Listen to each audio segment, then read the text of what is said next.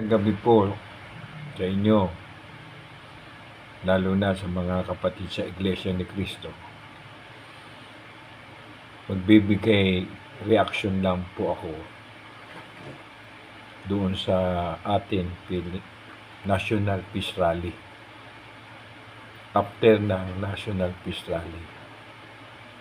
Pero bago po ako magpatuloy ay nagpapasalamat ako doon sa mga nag-subscribe at nag-like at nanood ng aking video. Ngayon po ako po ay humihingi ng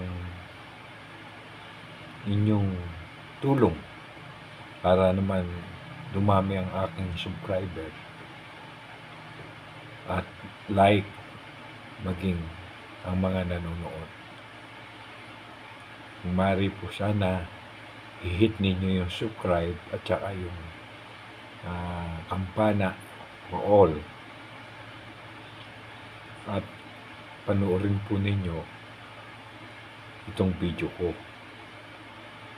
Maraming salamat pong muli sa inyo, sa inyong suporta sa akin. Ang aking reaksyon po ngayon ay tungkol po sa mga negatibo at positibong reaksyon ng marami matapos na maisagawa po natin yung National Peace Rally. Marami ang nag-react, lalong-lalo na sa mga vloggers ng YouTube. May mga nagsasabi ng positibo at mayroon din nagsasabi ng mga negatibo. Uunahin ko na po yung isang matandang abogado na inililihis po ang mensahe ng ating National Peace Rally. Yun daw pong National Peace Rally natin ay paglabag sa saligang batas. Pinalalabas niya na wag natin sundin o wag sundin ng mga namiminuno sa ating bansa ang saligang batas na may kaugnayan sa impeachment. Wala naman po tayong kinakampanyang ganyan. Bakit itong matandang abogado ay nagsalita ng ganyan? Sinagot siya ng isang abogado na taga USA. Abogado din. At para bang siya ay binigyan ng sermon na bakit niya inililihis yung tunay na mensahe ng National Peace Rally ng Iglesia ni Cristo. Nililinaw ko po, sinabi nung abogado mismo na taga USA na walang tayong sinasabing sundin tayo at huwag sundin ang saligang batas. Ipinahayag ng isa sa mga nagsalita na iginagalang natin ang saligang batas at ang impeachment process dahil yan ay isinasaad ng saligang batas na merong impeachment para sa mga halal na politiko na sakop ng impeachment complaint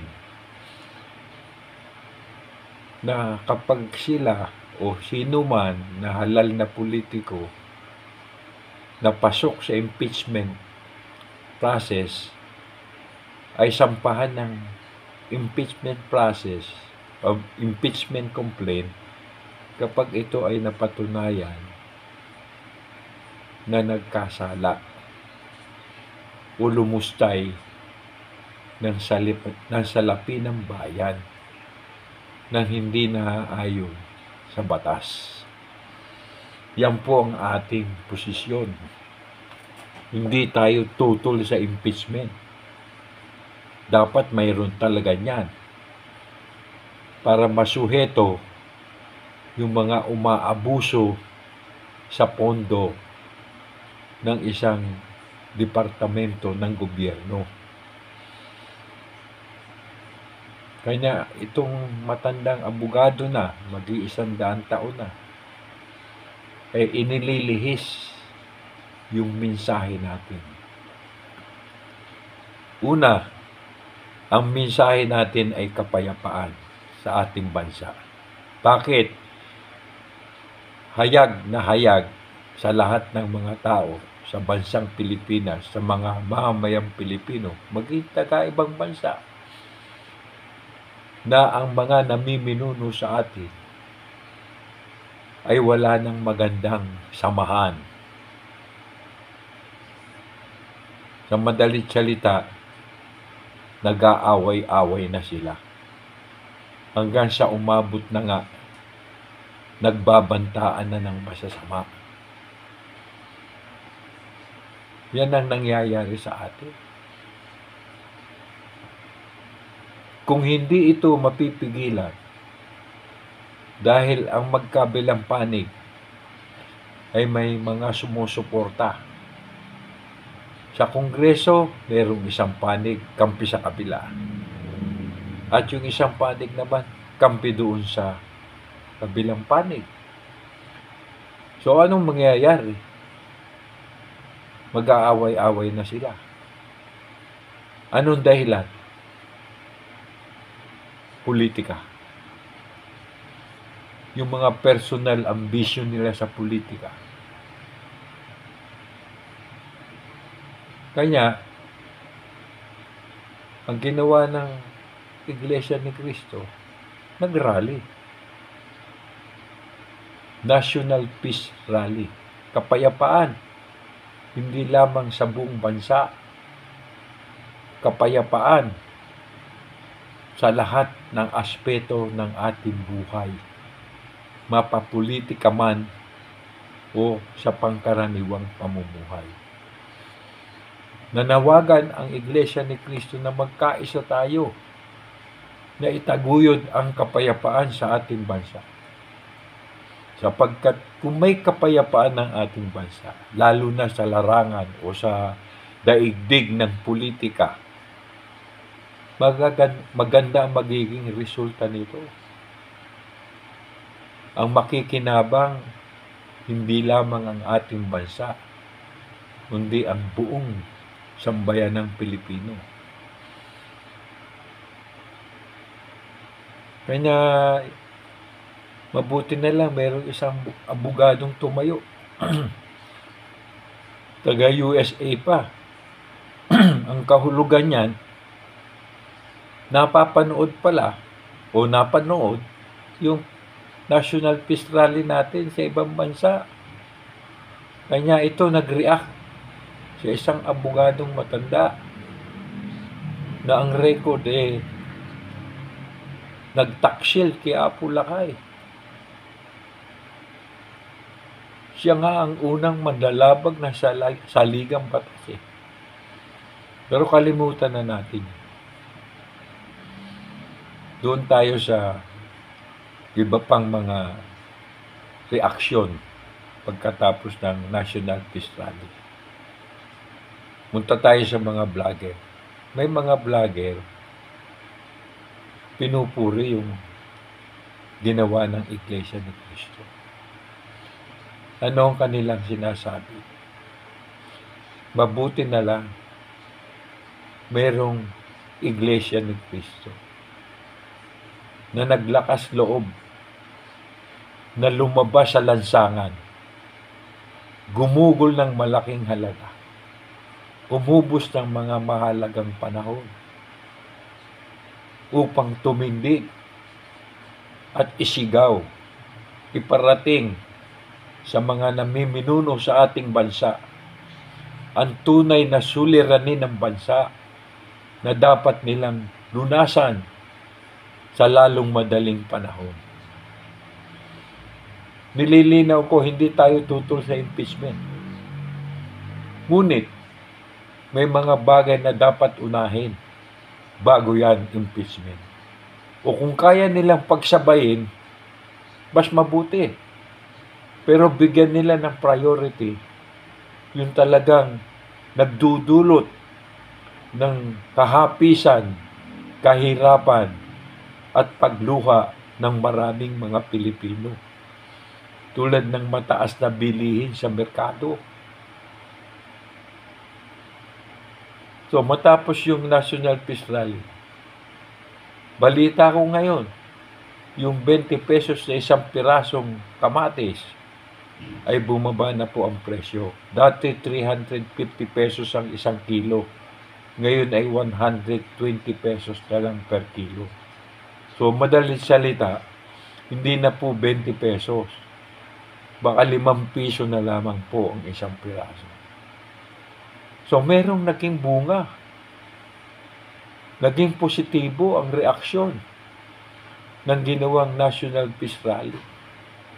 At sana ay hindi lamang kamatis ang pababain nila ang presyo. Lahat ng mga pangunahing bilihin na kailangan natin sa pang-araw-araw na buhay, pagsikapan nilang ibaba ang mga halaga nito upang maiahon nila tayo mga mahihirap. Mabuti tayo, yung ibang mga tao dyan, mabuti may mga hanap buhay. Paano yung walang hanap buhay? Paano yung sangkop at nasasakop ng unemployment? Problem ng ating bansa. Saan kukuha ng pambilihan? Yun namang mga may hanap buhay, magkano ba ang minimum wage ngayon? 800 pesos a day. Kasya ba yan sa isang pamilya na binubuo ng 4? Baka yung 800 pesos ay hindi magkasya sa isang binata o dalaga. Babawasin pa dyan yung pamasahe. Magkano na natira? May salary deduction pa. Yung SS, yung PhilHealth, at iba pang mga salary deduction tulad ng tax. So magkano na natira? Kakasya pa ba yun sa almusal, tanghalian at hapunan? Wala nang merienda. Almusal, tanghalian, hapunan. Magkano almusal ngayon? Makapag-almusal ka, 100 piso. Anong klaseng almusal yun? Manananghalian ka sa halagang 200 piso. Anong klaseng tanghalian yan? Maghahapunan ka sa halagang 200 piso. Bali 500 piso na. Wala nang natira. Anong klaseng hapunan yun? Yung iba dyan, yung mga may pera, ibang kinakain yan, ibang almusal, ibang tanghalian, ibang hapunan. Yun ang kanilang asikasuhin ngayon. Yung pababain nila ang mga pangunahing bilihin na nagpapasakit sa ulo ng mga magulang. Sa isang pamilya na 4 lamang ang miyembro, na gumagastos ng pagpalagay mo ng 500 isang araw. Tipid na yun. Yan ang tutukan nila. Dahil yan, mas masahol pa dun sa iniimbestigahan sa Kongreso. Magkano yung iniimbestigahan sa Kongreso ngayon? 125 million na confidential pa. Gawin na natin 1 billion. Kasama na yung DepEd. Huwag na natin isama yung iba na ayaw nilang galawin. Yung ibang opisina ng gobyerno na mayroong mga confidential fund na under question din ng COA. Huwag na. Ito na lang. Kay VP Sara.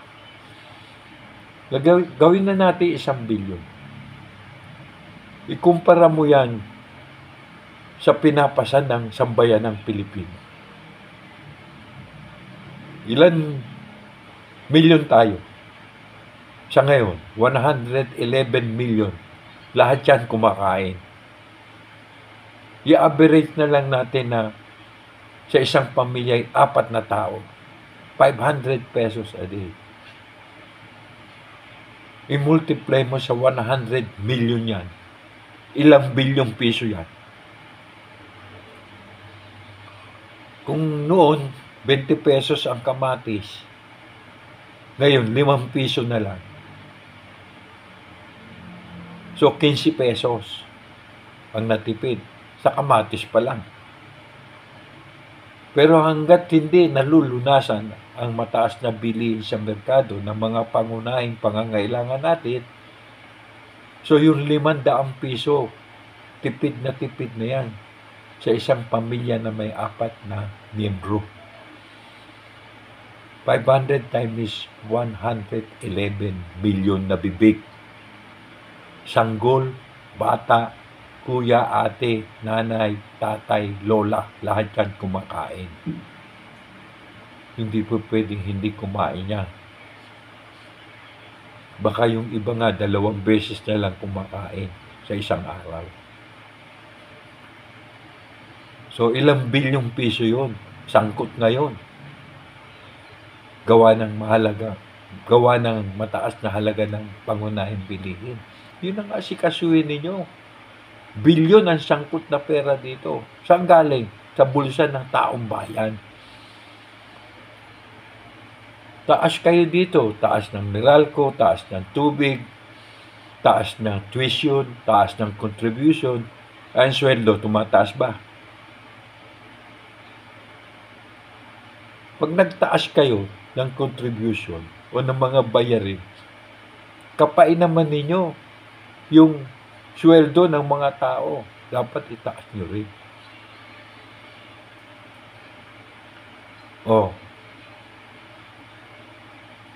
Yun ang sabi ng ilang vlogger dyan. Mabuti na lang mayroong Iglesia ni Cristo tumayo at tumindig. Gumugol ng kanilang mga personal na panahon. Pumunta sa Grand Stand at Luneta. Puyat. Nagsakit. Para ang hinaing ng mga mamayang Pilipino iparinig sa mga namiminuno sa atin. Yun ang mensahe. Pangalawa. Una, kapayapaan. Kapayapaan sa hanay ng mga namiminuno, kapayapaan sa buong bansa. Kapayapaan sa lahat ng aspeto ng ating buhay. Para tayo magkaroon ng kapayapaan sa lahat ng aspeto ng ating buhay, yung presyo ng pangunahing bilihin, pababain. Paano ka mapapayapa? Magkakaroon ka ng kapayapaan kung yung sweldo mo kulang pambayad doon sa mga dapat bilhin. Pwera pa yung bayad sa tubig, sa ilaw, at iba pang mga bayarin buwan-buwan. Yan ang mga sinabi ng ibang vlogger. Mga positibo. Mabuti na lang tumindig ang Iglesia ni Cristo at narinig, sana narinig ng namiminuno sa ating bansa, sa ating gobyerno. Yung ibang vlogger, tinitira yung mga korap na politician. Lalo na raw yung may mga control sa budget. Meron nagsasabi dyan, labag na sa saligang batas. Meron nagsasabing mga vlogger, lalo na si Barubalan. DWSD ba yan? 500 billion sa flood control? Sa AKAP? So, hindi na natin babanggitin pa yan. Sapagkat yan ay nangangailangan ng pagpapatunay kung totoo, kung may corruption nga sa ating gobyerno. Di natin trabaho yun. Trabaho yun ng COA. Sila ang dapat mag-audit sa lahat ng pondo na opisina na saklaw ng gobyerno.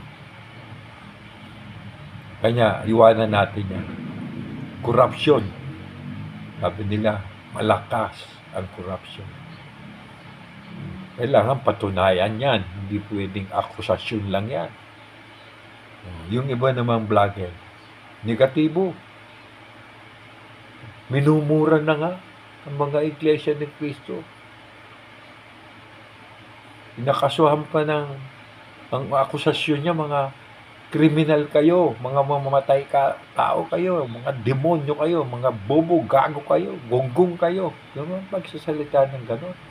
Pati si kapatid na Eduardo B. Manalo, minura ng lantaran, sagad sa buto.